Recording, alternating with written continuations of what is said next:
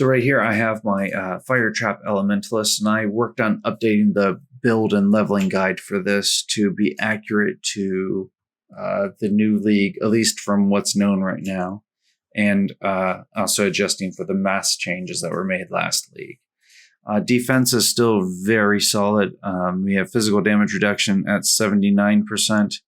We have estimated chance to evade at 87%. It's a little bit higher than this based on stats. 100% elemental ailment avoidance, movement speed 112, additional chance to block. All my resistances are capped, 100% spell suppression, as well as 285 life regeneration, and energy shield leech as well. That being said, I'm using a couple skills to move around. Shield Charge is one of them for additional movement, Frostblink for additional damage, Firetrap, putting that down, Infernal Cry to cover an ash, Flammability, and Elemental Weakness to enhance damage further.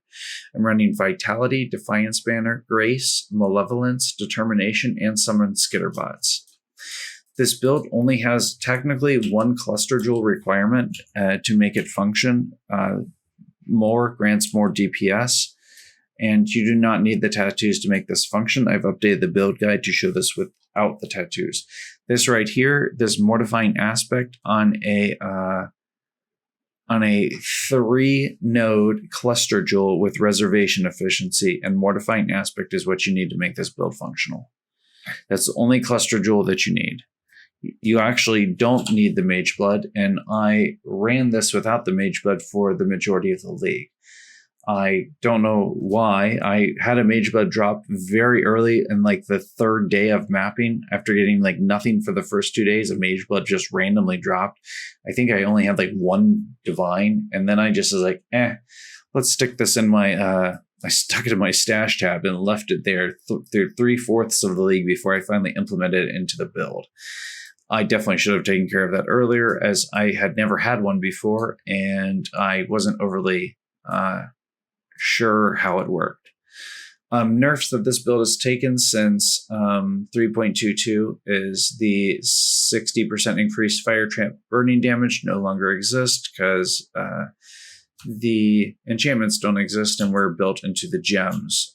But this did nerf this build. This dropped about 2 million DPS. And then the loss of this tattoo right here, all Dex gems, does help to boost Firetrap. The Firetrap on this is level 38, which is rather intense.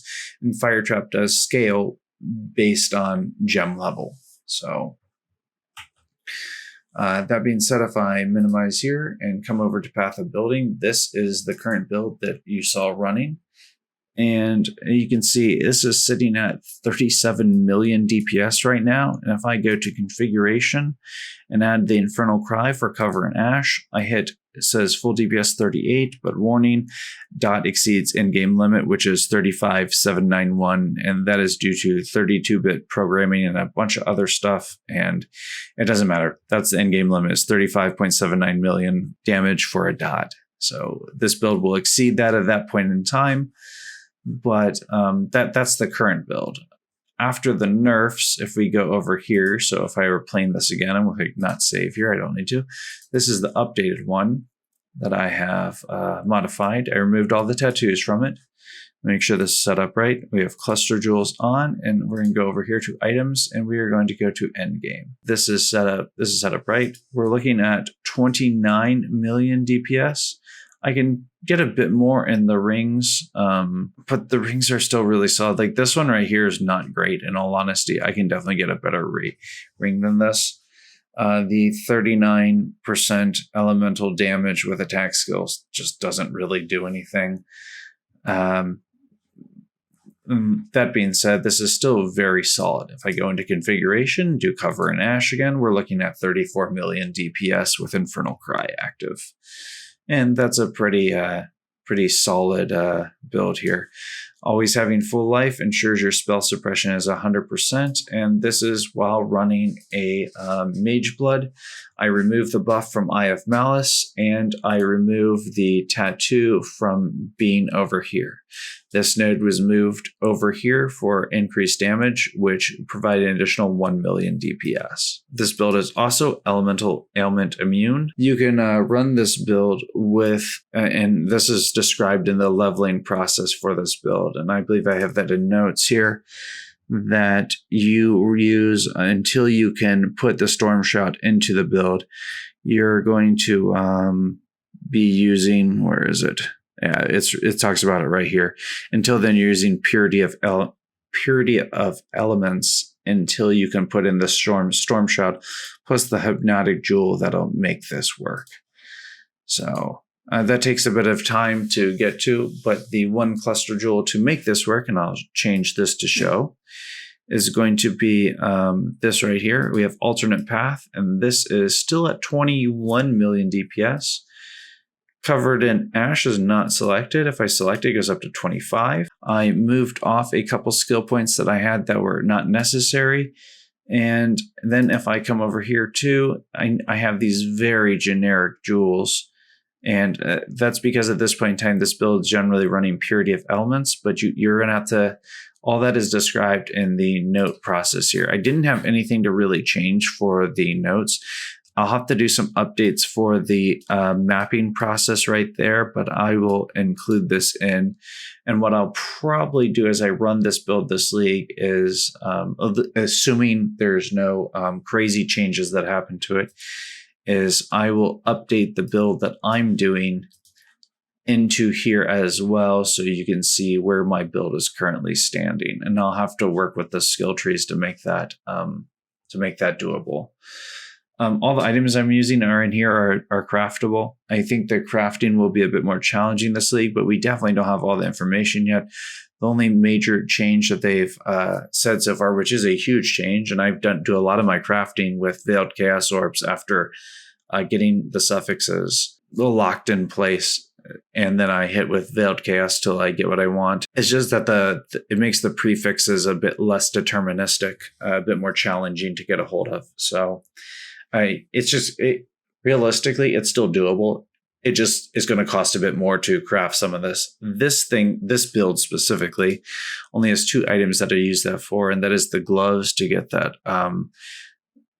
the +2 socketed AoE gems on it, and the boots to get the onslaught chance on kill, which is very useful for this build, plus the 29% movement speed there. This version of the build that I changed to, and you can change this around here, I can remove the mageblood too, so I changed my gear around, so endgame node mageblood is now an option here.